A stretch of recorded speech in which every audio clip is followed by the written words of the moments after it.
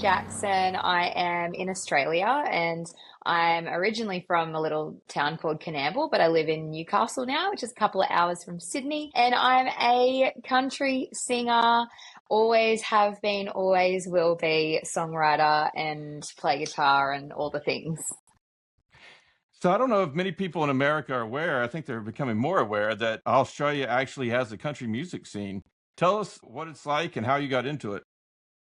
Yeah, well, I think just for me, it was just growing up in a country town. My parents pretty much raised me as a country fan, and my mum's a hairdresser, and my dad's always worked in transport management, so they're not musical like in any way, shape, or form, but just were huge country music fans and would just play it so loud in the house all the time. So I grew up on people like, Dolly Parton, and there was a lot of like these female artists like Jodie Messina and Laurie Morgan and artists like that my mum would just play all the time. And I was really inspired by them. And basically, yeah, just decided from like the age of 4 that I was going to be a country singer one day. And pretty much my parents were like, oh, we don't really know what to do with this girl. So because I was in like such a, well, our town was like a little over 2,000 people. So it's not, the smallest town ever, but it's pretty small. And there, it wasn't even like somebody who just did singing lessons. So my mom actually put me into what was called elocution lessons. I don't know. Is that like a Okay. thing? Do you know what that means? Well, I don't even so know.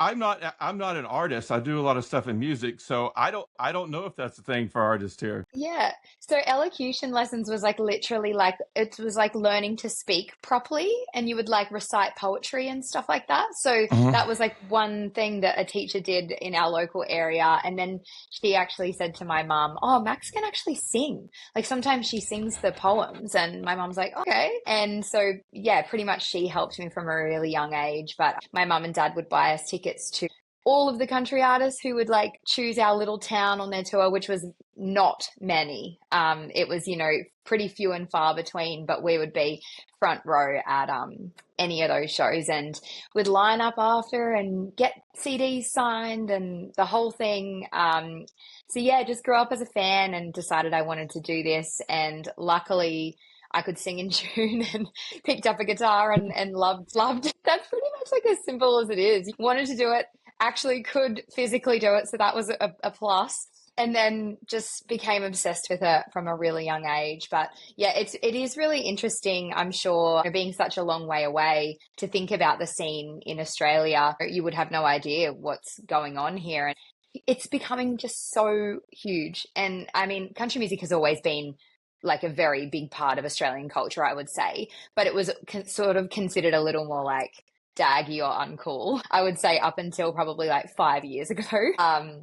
And I think that was more people who hadn't grown up with it and didn't really know what it was. But now it's, a bit more mainstream and a lot more people coming to it. Yeah, and you're not just a female country artist in Australia. I think you're like female artist of the year. Is that right? Yeah, yeah. So I have a couple of golden guitars sitting up here that I can see. Yeah, I won the Female Artist of the Year this year, and I also won the Single of the Year for my song "Little More Country," and that's at our. It's sort of like our CMAs, which is obviously on a much smaller scale, but it's still our biggest country music awards. And yeah, and I won those 2 awards, and I also won the New Talent of the year before that. So Okay. got 3 golden guitars sitting in my house, which is very cool. Tell me what it was like to be in Star Maker and how did that change your life to win Toyota Star Maker? Yeah, so I entered Toyota Star Maker like right as we were coming out of, in Australia, we had like the biggest and strictest lockdowns in certain parts of Australia over the COVID times. And I was pretty much just being able to like go places again. And I was sitting at home one day and basically just, craving getting out and playing music again.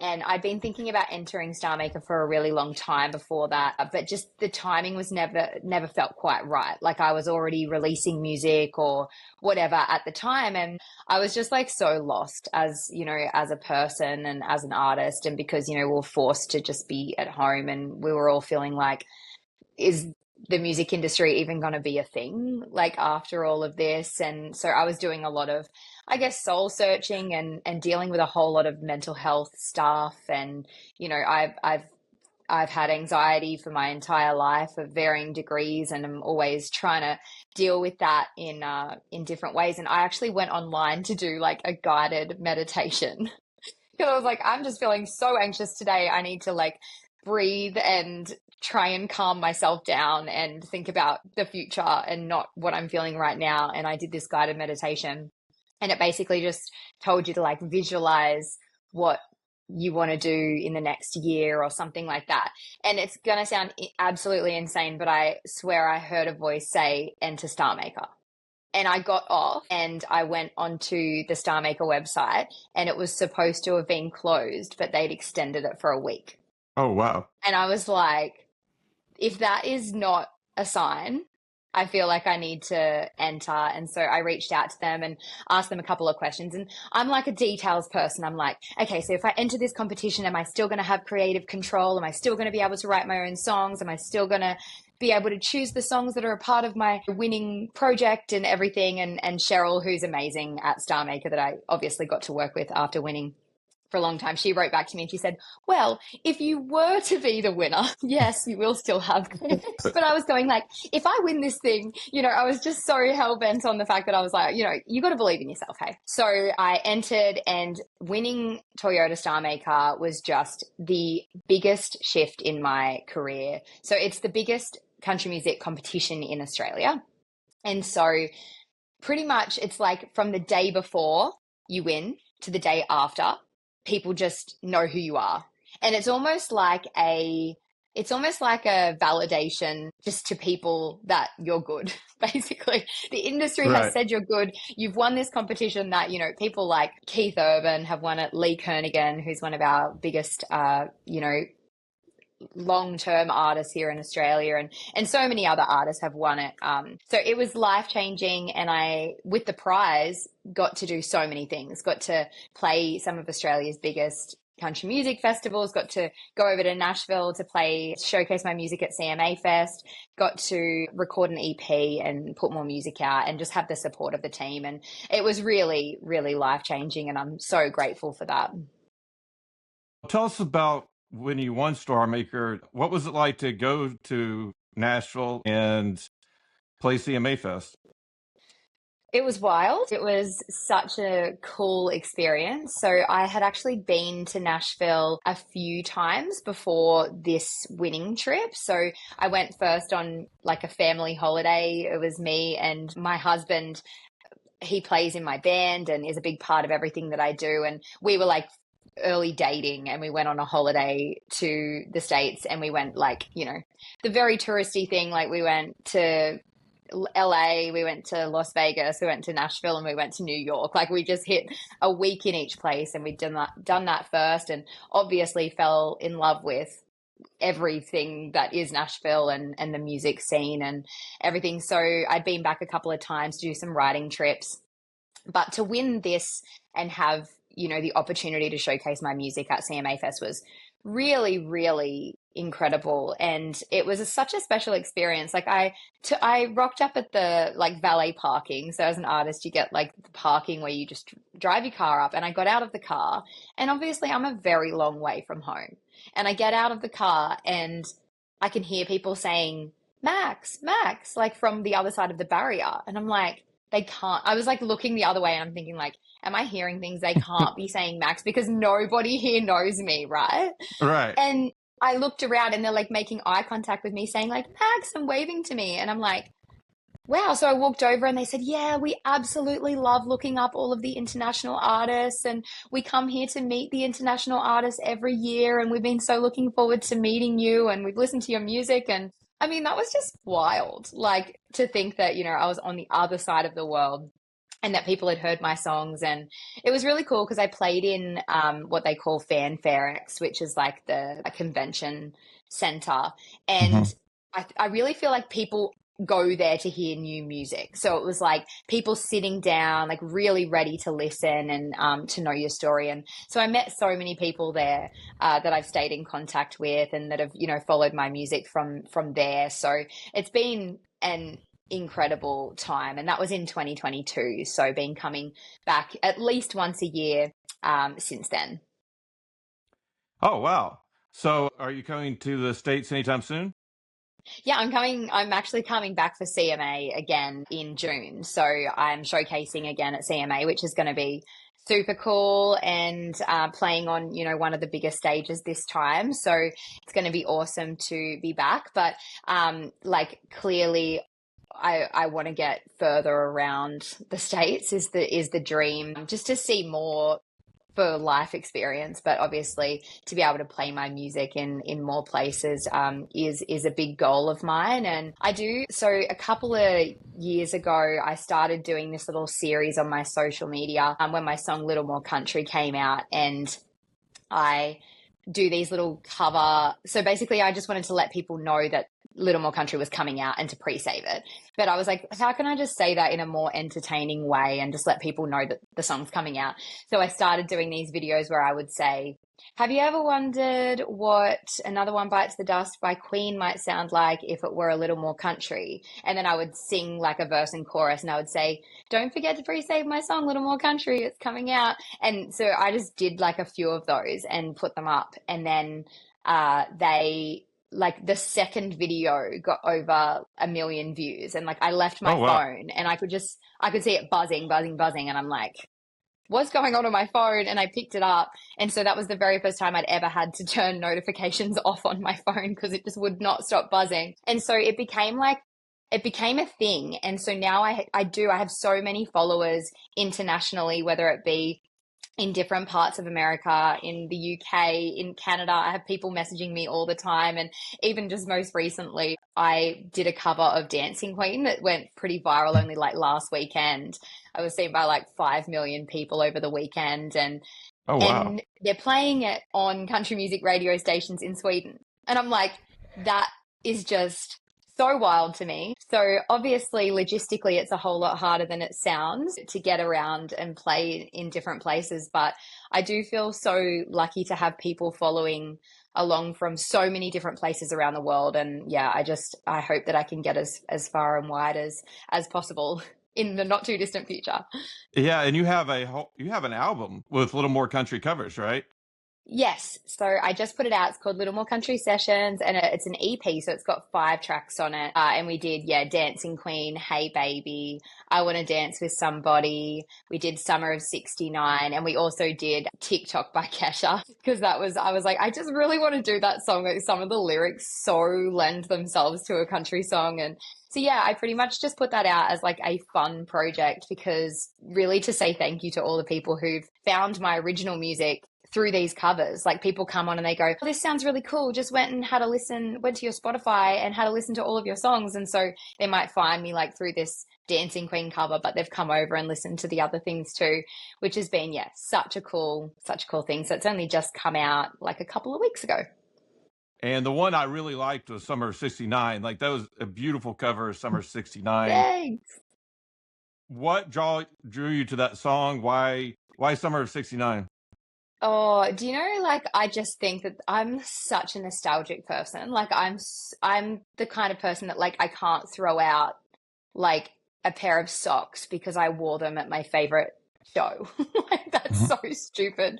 But I'm so nostalgic, and I feel like that is just one of the greatest songs in history that just has the ultimate, like, euphoric, nostalgic feeling. And so I've always really been drawn to it because of that. And I really love the opening verse, you know, like talking about like starting a band in school and like it falling apart and like the whole story of it. I just relate to so much. And I think it's just that euphoric feeling and nostalgic feeling that it brings is why I chose to do it. And that's why I also chose to do it as a ballad because I thought, well, it just gives it a completely different feeling. And I think it really makes like a lot of the lyric hits like quite sad when I've done it that way. So I really loved making it that because I was like, this sounds like the saddest, most nostalgic country song ever. Yeah, I thought so too. And the other thing about that song to me is that it's talking about the summer of '69, and I'm old as dirt compared to you, but I don't remember the summer of '69. I wasn't alive then, but No, that song still resonates. And yeah, so for you, I was wondering, so you weren't around the summer of '69, way no, before your time, but also it's an American song. So how do you yeah. think in that in terms of the universality of music and stuff? What do you think that is Yeah. about a song that can take you to another place and another time, but still it feels like it's your experience? Yeah, look, I think for me, like that song just makes me think about being, 17, falling in love for the first time, having that feeling. And we all have that time in our lives where it's like you can just go back to that feeling of going, "Oh, like I think this person's the one," and you're a kid, like you don't even know, but you have that strong feeling, and that's what it's always reminded me of. Like my husband and I have actually been together since we left school, and so I think Mhm. like that song reminds me of us being so young, thinking we all had it all figured out, and we're obviously lucky that we're still together and we get to do this whole music crazy thing together. But I think you're so right. Like I don't think it has to be specifically that you grew up in that time. And I also think like, I listen to that song and I go, how cool would it have been to like grow up in the 60s when like I didn't have to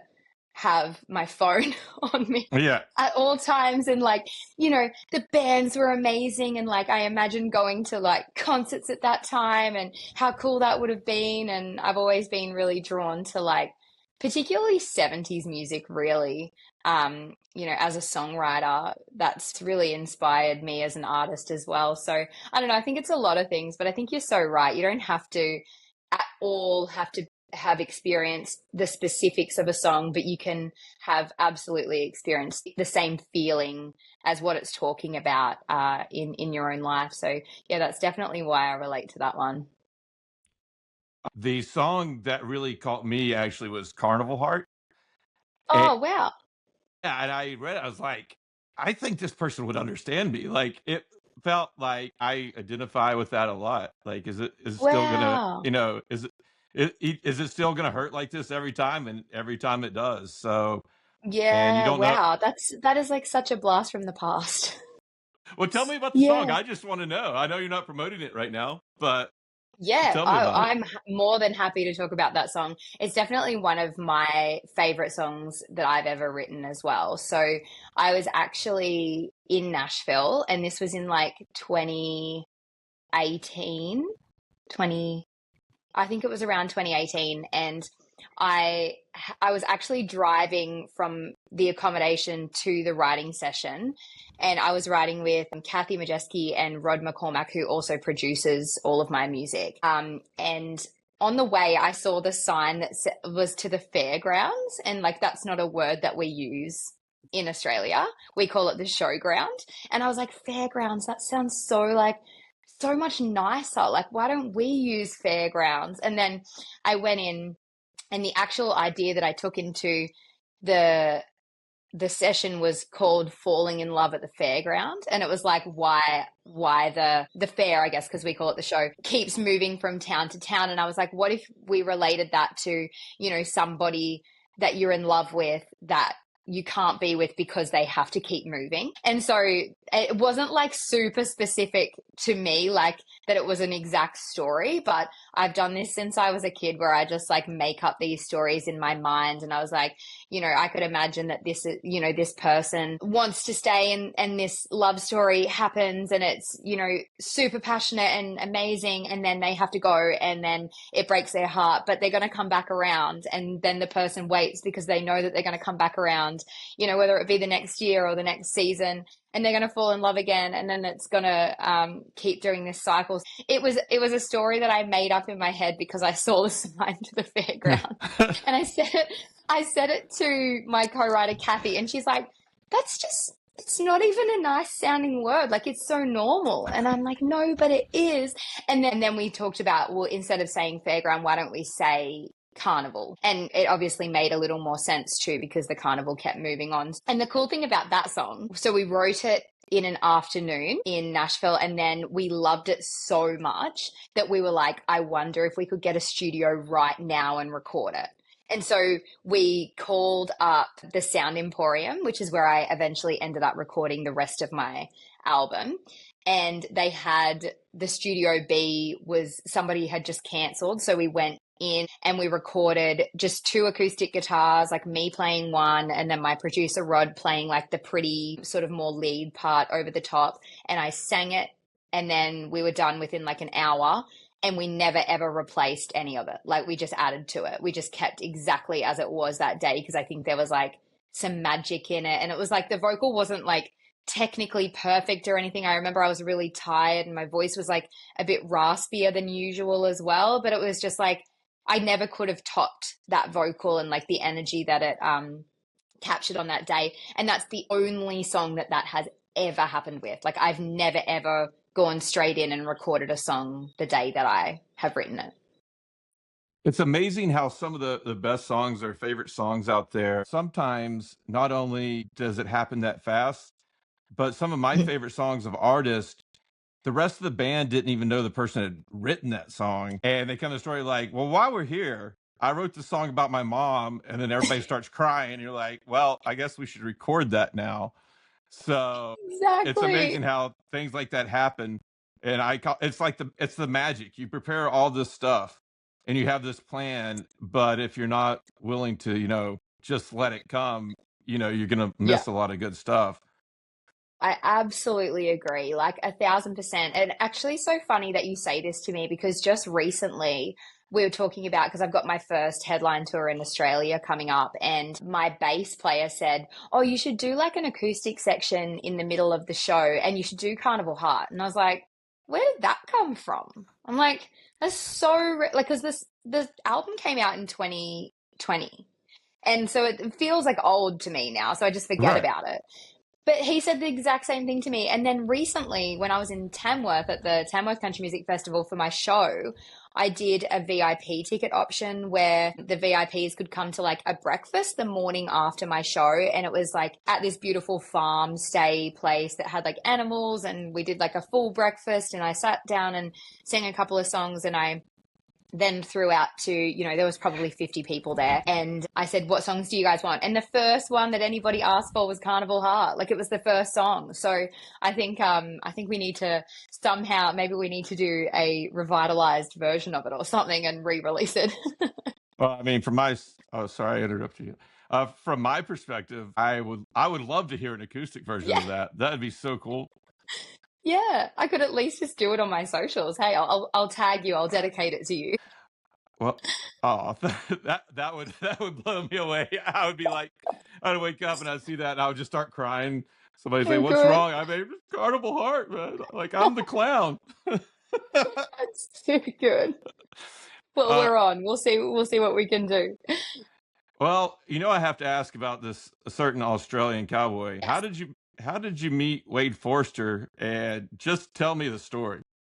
Yeah, so the story is that I was hosting the night that I was hosting the show, as in introducing everybody, talking about sponsors, doing the whole thing, the night that Wade was a grand finalist. So I was backstage at the show and I was just, chatting to everybody, wishing everybody luck and everything. And I just like remember the first time I met Wade, I just thought he was like so funny because he was so dry and so just like, he was just standing out the back and he was like so chill and so himself. And I remember just laughing and going, oh, he's cool. I really like him. And then went up to the stage and was introducing everybody.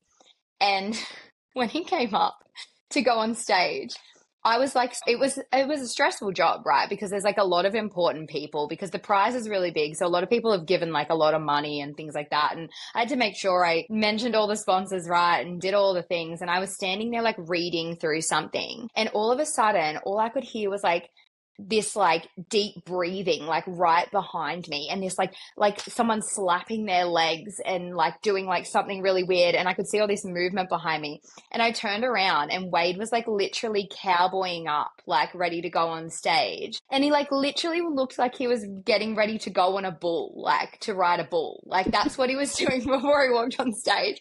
And I remember turning around, he actually like startled me. I was like this, and I like turned around and I'm like, what are you doing? He's like, this is how I get ready to go on. And I'm like, okay. And so I sort of just moved out of the way and let him do his thing. And I remember getting off stage and I said to my husband, Jeremy, I was like, I've never seen anybody get ready to go on stage like Wade did. It was like he was like getting ready to literally ride a bull. And he's like, oh, well, that's probably just what he does when he like goes to like do his team roping and stuff. So he probably just does the same thing to go on stage. And I'm like, yeah, cool. Well, it was definitely a unique experience. I've never seen anybody do that before. And so we just like connected off that. And he was like, you know, I saw that I scared you. Sorry about that. And we were laughing and we just instantly became friends. And I just everything, you know, we talked a lot about, you know, both being country kids. I'm from like a very different part of Australia than Wade, and like very different lifestyle. But I grew up around horses and the farm a lot. My grandparents had a farm and everything. So we talked about, you know, where we were from and the whole thing. And Carnival, where I'm from, has quite a big rodeo as well. So we sort of connected on that. And then basically, so my husband Jeremy also makes my music videos and everything, and Wade wanted to make a music video, so he reached out to Jeremy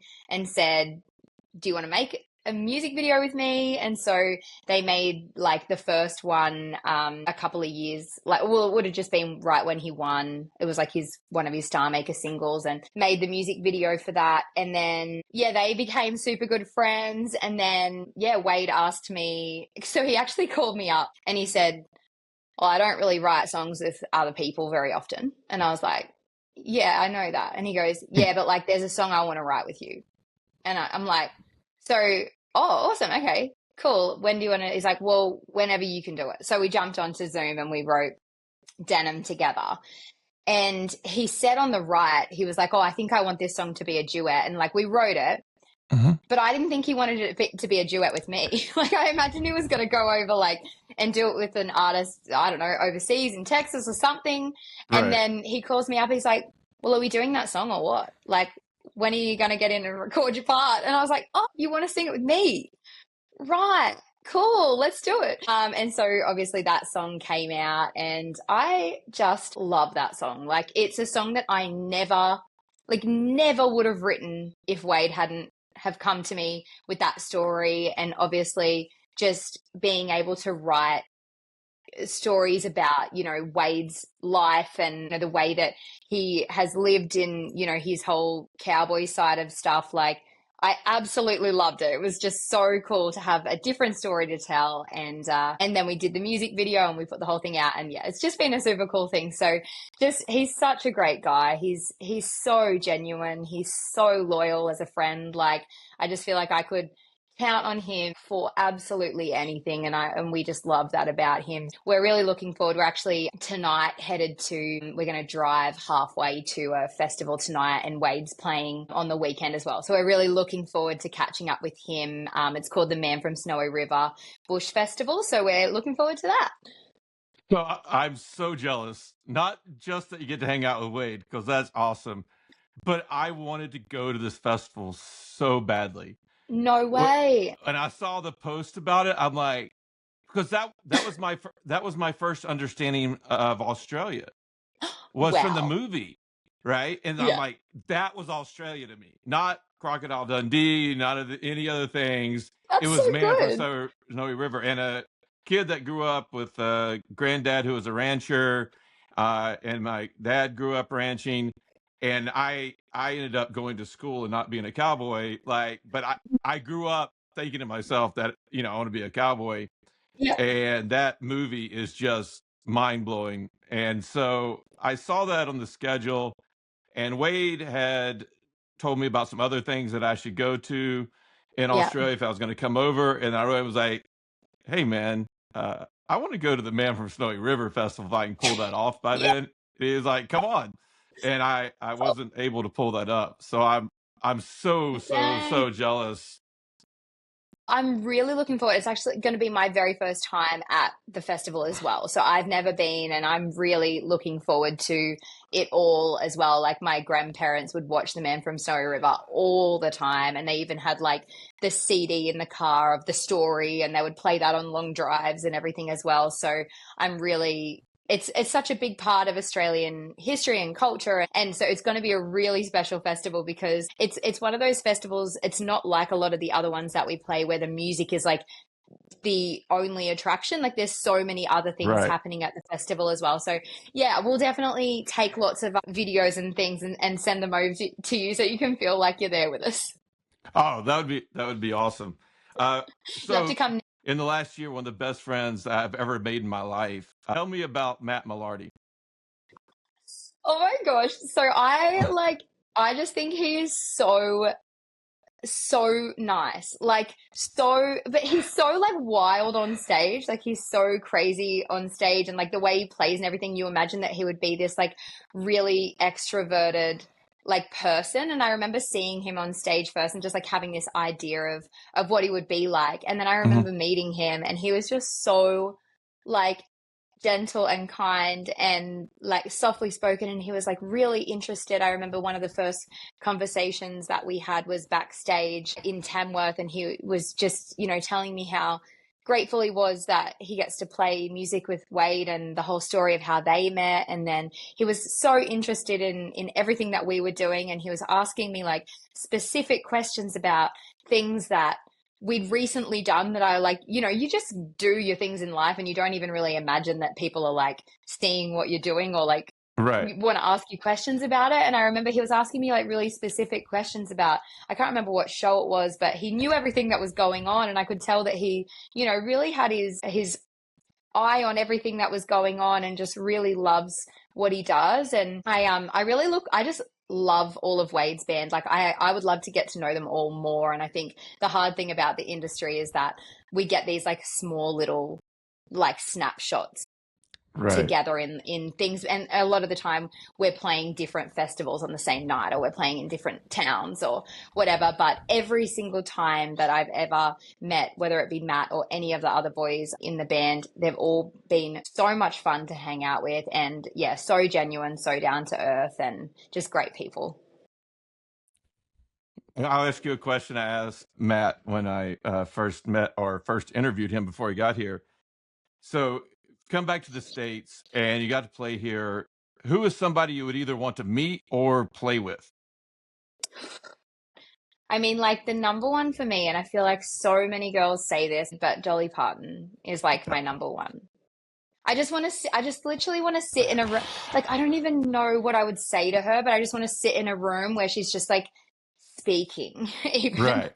That would be really, really cool to meet her. And yeah, I'm a massive, massive Dolly Parton fan just for so many reasons. Like as a songwriter, as an artist, I really always like my number one goal at my shows is to make sure that everybody has like the best night of their life and has so much fun and forgets about all the crap in their life and just like has a good time. And I think that Dolly is like the absolute queen of like, she's just like a ray of sunshine. And that's my like number one goal in life, is to be some happiness and sunshine for people. So that's one of the things. And I just love, so many other things too, like the way that she like has been a fashion icon as a part of her whole thing too. Like I absolutely love that stuff, that I get to stand up on stage and wear things that represent me as a person, and then I see people dressing like me as well. And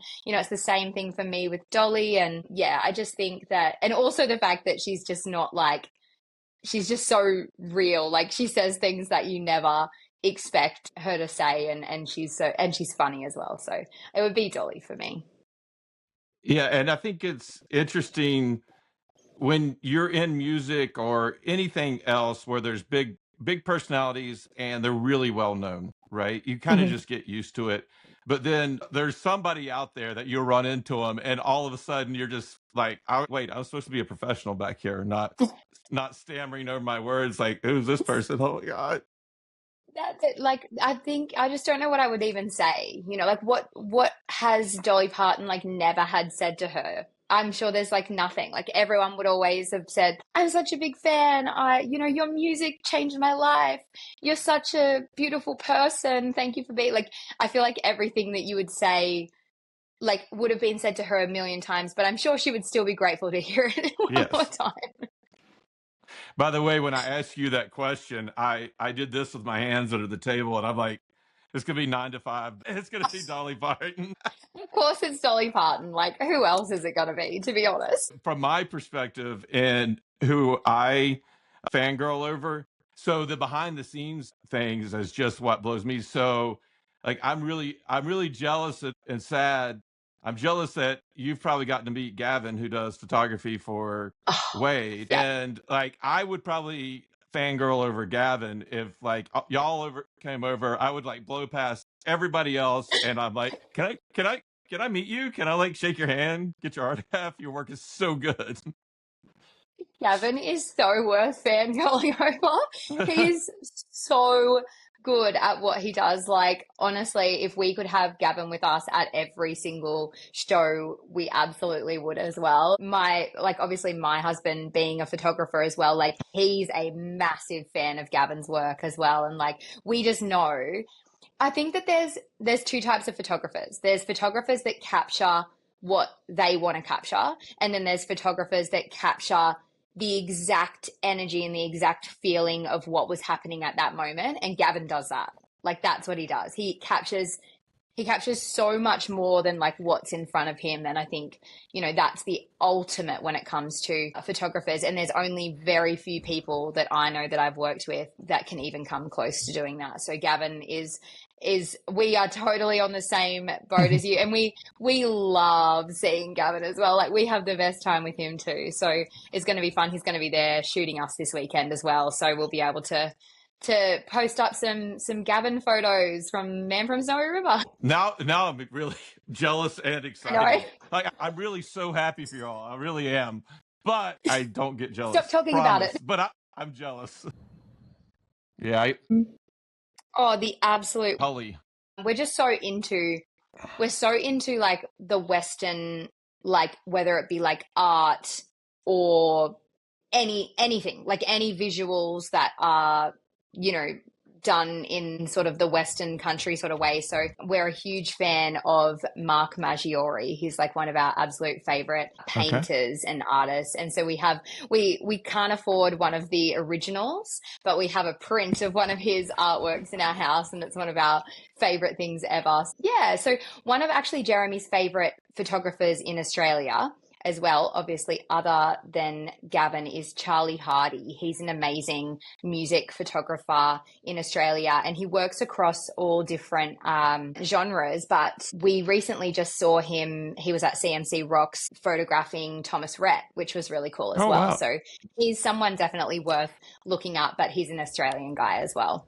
Well, in terms of the Western United States, have you heard of the book called The Lost Cowboy, J.B. Zilke? No, I haven't. Okay. Well, now I'm really mad at Wade. So he's messed this one up. His I name don't read at all, so I need to read. So Yeah. please give me something to read. Yeah, well, he's from Wyoming, and he graduated school, and he's a lifelong cowboy, and he just decided, well, I'm going to go overseas and cowboy somewhere. So he goes to South America, and then somewhere along the Yeah. way, he then he goes to another country, and he said, I'm gonna be a working cowboy on every continent. So, Oh, wow. he, yeah, and then he would spend every night, and he would just write about his day and everything. And so when he Yeah. finally got back to the U.S., he spent a year writing up all of his stories from being a cowboy all over the world. So he's like, No way. he was a cowboy in Mongolia, just insane stuff. But he also did that in Australia. And the first whole section of the book is all of his Australian stories. So Wow. I really wanted Jake to be part of the Low Down Under tour here, and that didn't get Yes. to happen.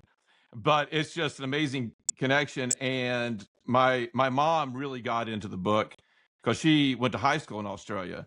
She went to Hmm. high school in Geelong. So No way. We just yeah, toured so to Geelong last year. yeah. And my mom's best friend from high school wanted to go see Wade while he was there. And she ended up being sick and she wanted to meet him. And I'm like, I don't know if I want to bug Oh. Wade. Like, hey, this is my mom's best friend from high school. He would love that. My mum texts Wade like every second day to update him like what number his music video is on CMT. My mum's always texting Wade. She's like, "Do you think he would mind?" I'm like, "No, because he replies to you every single time. Do you think he minds? Like he's up for a chat." So there's people in Australia that I have talked to and have never met, and I just want to meet them because they're just a mystery to me. Tell me what it's like to work with Cheryl Brown. Cheryl is like actually a queen. She is so like we jokingly call her like the mum of Star Mhm. Maker, but she is actually just the most incredible businesswoman. She's been such a big part of the industry for such a long time. Like my producer, Rod McCormack, was recently telling me about when he met Cheryl, and it was when Cheryl was 15. And she Oh, was like, wow. because her dad was in the music industry and she was going to shows and stuff. So she's like literally lived her entire life in the Australian country music industry. So there's not like, I don't think there's another person who would know everybody as well as Cheryl does. And she's just such a big supporter of Australian country music and so knowledgeable. And obviously, you know, being the manager of every Star Maker winner for as long as she has just been absolutely shaping the future of Australian country music the whole way through. And she's also works on, you know, a magazine. She's writing and editing a magazine every Mhm. single month and the whole thing. So yeah, just so many talents and skills. And yeah, she has been such a big part of my journey. And I actually she just calls me up randomly every now and then to check in how I'm going still, even after, you know, I won Star Maker a few years ago, and she's a big part of my journey and always will be. Uh, yeah, and I just met her because when Wade came for his CMAFest thing, Yeah. um, he posted like, "Where should I play in Texas?" And I was little, so I was like, "Blue," I'm like, "Dude, you got to come to Fort Worth." And so he came, and then she just started like texting me like, "How's it going? What's going on?" And just kind of Yes. momming me for a bit. Uh, Yeah. but speaking of Texas, have you been here? Yes. Are you gonna come here when you visit this year? What are you doing? So I would absolutely love to come and spend some time in Texas. I won't be this time because I'm literally in for 2 weeks and out because I'm coming right in between my touring schedule. This year, my number one goal is to get like as far and wide around Australia as I can. So I'm coming for 2 weeks. I'm going to write a bunch of songs and play my set and sort of be out for this year. But it's an absolute goal of mine to come. The only time I've been to Texas is when I've flown into Dallas, Mhm. obviously. So we've done a couple of times where we've like flown in via Dallas, and then one time we had one night in Dallas because we missed our Nashville flight, got in late. The next time you come, if you fly into it's Dallas Fort Worth Airport, and Hmm. if you want a much better experience, in my opinion, you should go west Okay, from the airport and spend a night in Fort Worth. And if you it does do, sound we'll make best. sure we show you everything there's to show. It's a great live music scene.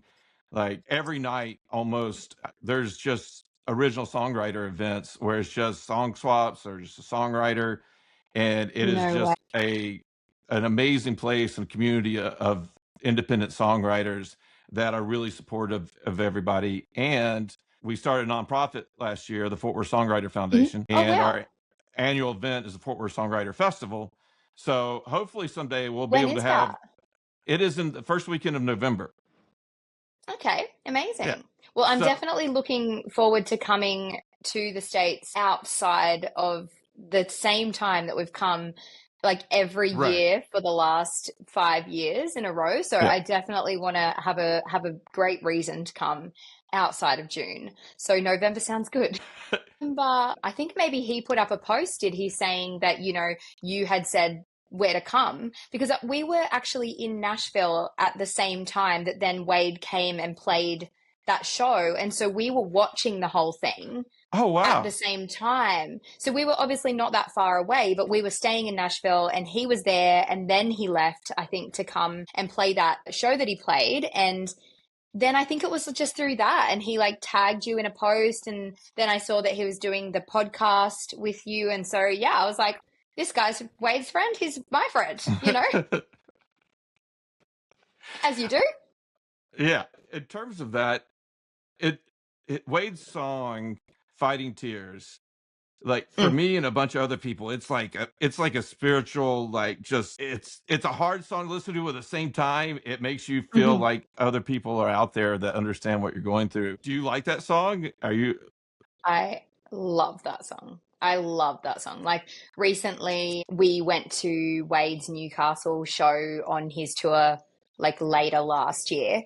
And I have just never seen like a crowd that were just singing like every single word of like almost every song, like perfectly. It was like the Wade Forster like cowboy choir, like that was the vibe of the show. Yeah. And when he played Fighting Tears, I'd heard it in some different settings before, but I think it was like extra special, like on his own tour, like with his own fans and everything. And there was just something so special about that song. Yeah, I think it's a genius song, but I think the thing about it is that the reason that it's such a great song is really, really sad. And that's, Yeah. people relate so much to the story that he tells around it. And it's really sad that that story had to happen to create that song. But I think what he really has done is like really brought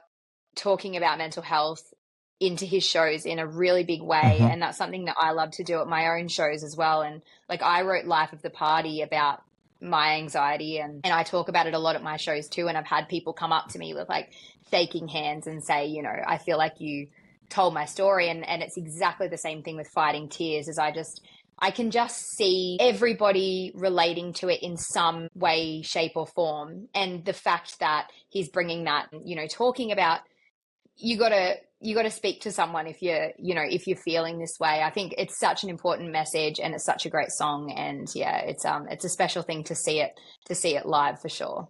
And in terms of I feel lucky to be Wade's friend, right? That's amazing.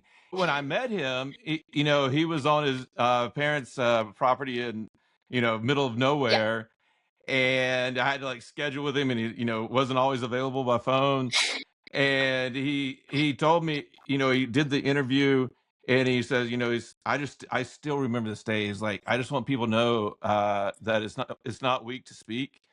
Mhm. And Mhm. anybody in the world, like if somebody's going through something, you don't have to go through it alone, and you Yeah. can reach out to me and I'll talk to you. And then a Mhm. couple weeks or months later, I was just having a really bad time. And it was the middle of the night. And I'm like, Yeah. well, let's see if he was serious about that. And he just Mhm. talked to me. And I'm like, just what an amazing guy. Some guy he doesn't know in Fort Worth that just did, interview with him and he just talked to me. And like just that. And then that he didn't have to bring his whole band with him here Mm. to tour with the band. Like Mhm. we we could have put together a band from Fort Worth that would Yeah. love to go out on the road with him, and in terms of money. But when I heard that he was bringing his actual band because he wanted it to be the real experience, I'm like, Yeah. that's a real man. Like Oh, I love him.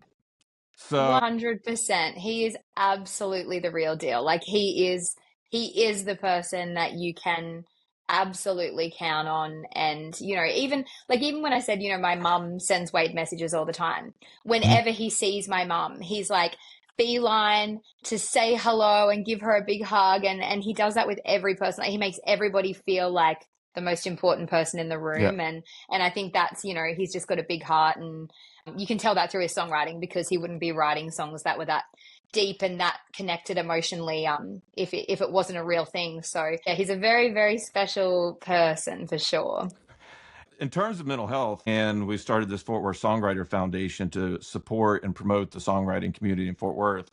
As soon as we got through the first festival, which is a very stressful experience, and you don't know if people are going to show up, If you're going to be Yeah. like, we knew we could pay the artist, but Like then touring. am I going to have to sell my truck to, Yeah. like pay the tab for this? The first thing I said after that was, what I want to do, if you guys are cool with it, I think one of our main things should be mental health support for the Yeah. artist community, because they're out there putting themselves out all the time. And it can be Yeah. incredibly lonely to be an artist, even though you're meeting all these people. Does anybody Yeah. actually understand? They just hear my songs. And so I'm hopeful that we can do that. That's So if we amazing. put something together, I'm going to definitely reach out to Wade, and I'd like to reach out to you and say, hey, we're going to do this thing for the Please. foundation about mental health. Yes, But please do. Absolutely. That's so up my alley. And I think that, writing songs is like the most amazing way to process emotion and feelings and what's going on in life. And I think that's like that to me just marries like perfectly. So yeah, I'm keen to be a part of it. all right, and this one is really selfish and probably will get cut out. So I, grew up hearing my mom's stories about Australia and going to high school there. And then I met some of her friends that came around here on walkabouts. And then I heard my stories from my great granddad and other people in the military that went on ships there, and that Australian women would put their names on tennis balls and stuff, name and number, and throw them onto the ships for American guys to call them. Right. There you go. And I've always just had this fascination with Australian women, because I just want to meet one. Like, I've heard the accents and everything. Hi. So I I got to go over there with my mom, and I was excited. I'm like, this is gonna be fun. And so we did our stuff during the day, and then she'd go to bed early. And I went out in Sydney, I went out in Melbourne, I went out in Geelong, and I'm like, there are no single women anywhere out at bars and stuff at night. If there's a girl there, you got to talk to her. No, her husband or boyfriend is just in the bathroom. There's just not single girls hanging. Like, how does? I think that's just unlucky, surely. Gotta Or maybe be. it's the city. What Mallardi told me is he's like, hey man, you got to come to a rodeo. Well, maybe, yeah, maybe that is the trick. Maybe that is the trick. Maybe that's where the girls go. I have some friends who do like to go and hang out at the rodeos. So I think that might be a good tip to go to. Yeah, anyway, so I asked Wade this. I was like, you're going to be a star. I was like, hey, it's been a privilege to do this, and I'll probably never get to work with you again. But if you ever meet an Australian girl that wants to meet a guy with a big beard from Texas, like, I need you to just keep me in mind. Just put me on the 5 names you send them. Just let them know there's a guy in Texas that would love to meet an Australian girl. That he is waiting for his Australian girl. Well, I love that. And I will absolutely just, go through all the people that I know / meet and keep this in mind. Yeah, I'm 46, so I'm kind of old, but a little older No, than you no, that think. is not old. It That's feels great. I will keep this all in mind.